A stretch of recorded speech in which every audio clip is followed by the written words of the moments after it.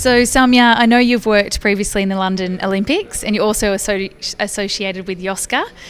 Can you please give us what your number one tip would be for the Indian women here that are thinking of signing up to do the Ironman 70.3 in Goa?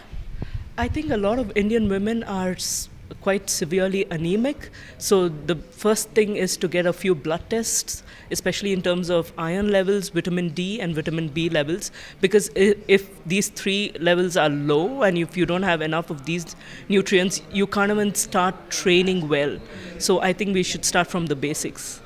Excellent.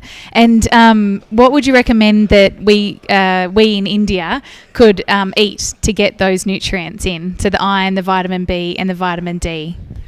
So vitamin D, a lot of people think that there's enough sun, but still because we are dark skinned, we don't absorb a lot. So supplementation is unfortunately the only way to go for that. But with iron, you can eat a lot of green leafy vegetables, which is abundantly available in India. And with vitamin B, there are a lot of millets, which are good and rich in protein as well. And India being predominantly a vegetarian country, it takes in a lot more effort to take in a lot more proteins. I think that should be another area of focus that people need to focus on. Excellent, thank you. And one question when it comes to hydration here in India, if we're thinking of signing up for the Ironman, what would you suggest in regards to getting enough hydration? What would be your top tips on how to do that?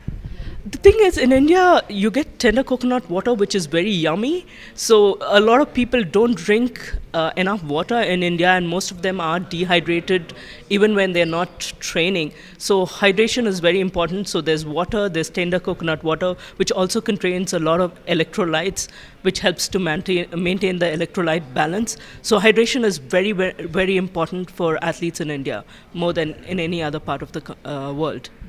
And is there a certain amount that you suggest we should be taking per day? It also depends on how much people are sweating, but mostly for athletes, it's about 50 to 60 milliliter per kilo of body weight.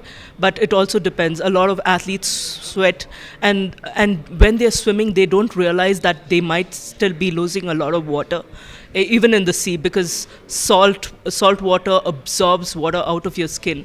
So they might be dehydrated in the first phase of Ironman itself.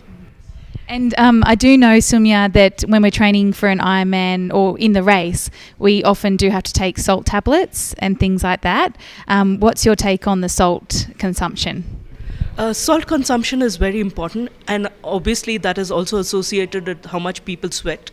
And some people sweat more salt than others, so that is very important. And it's also important to keep yourself hydrated, so the salt stays in your body, and you don't get dehydrated just because you're taking salt tablets. Excellent. Thank you very much. Thank you so much.